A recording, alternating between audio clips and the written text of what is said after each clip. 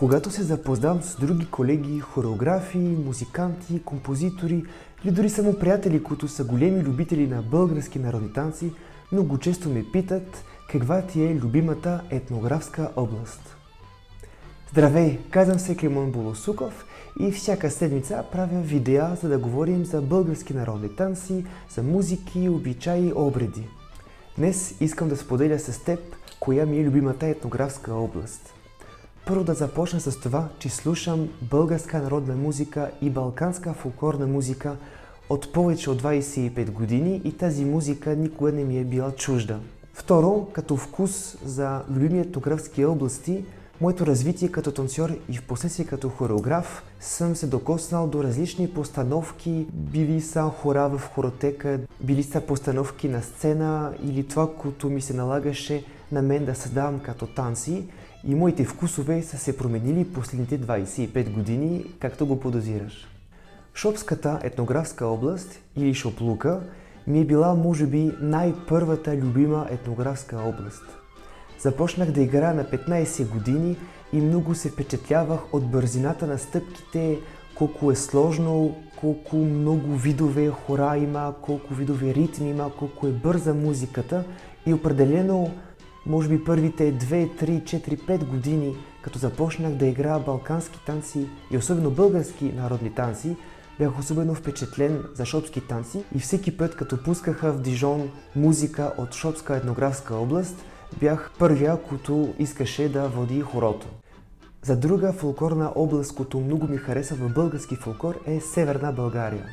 Тук ще споделя малко за личния ми живот. Когато станах на 13, нашите и цялото ми семейство ми подариха една цигулка и до ден днешен съм много чувствителен и имам много хубави чувства към струнните инструменти, особено цигулките. Ето, може би за това съм бил до голяма степен голям фен на Северна България като фолклорна област, защото ритмите са винаги били много бързи, усещах малко в мелодите влияние на румънския фолклор и определено ми беше супер интересно.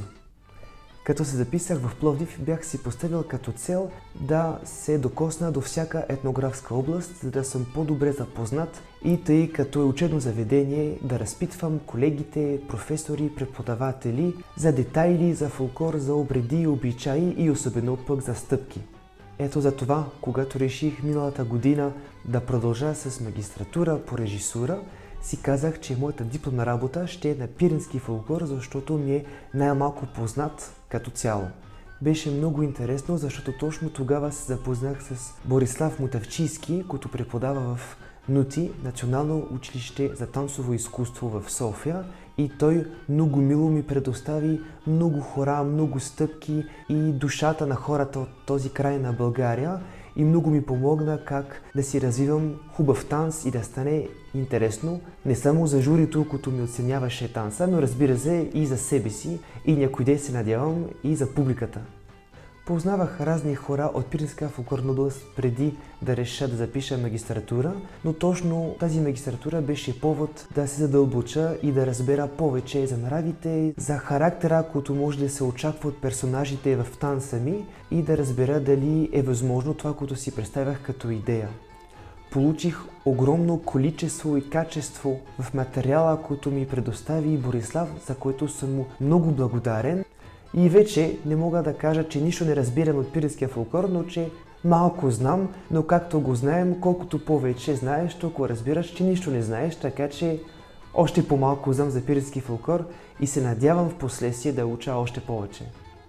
И така, щом съм ти споделял моите впечатления за Шопска етнографска област, за Северна България и за Пиринска край, може да се чудиш, да, но нищо не ми казал за Родопите, за Тракийска етнографска област или за Добруджа.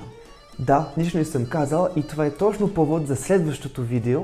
Не забравяй да се абонирай, много ще ми е интересно да разбера коя ти е любимата етнографска област на теб, така че пиши го в коментарите и ще се радвам много да кажеш защо. Желая ти прекрасна седмица! Чао!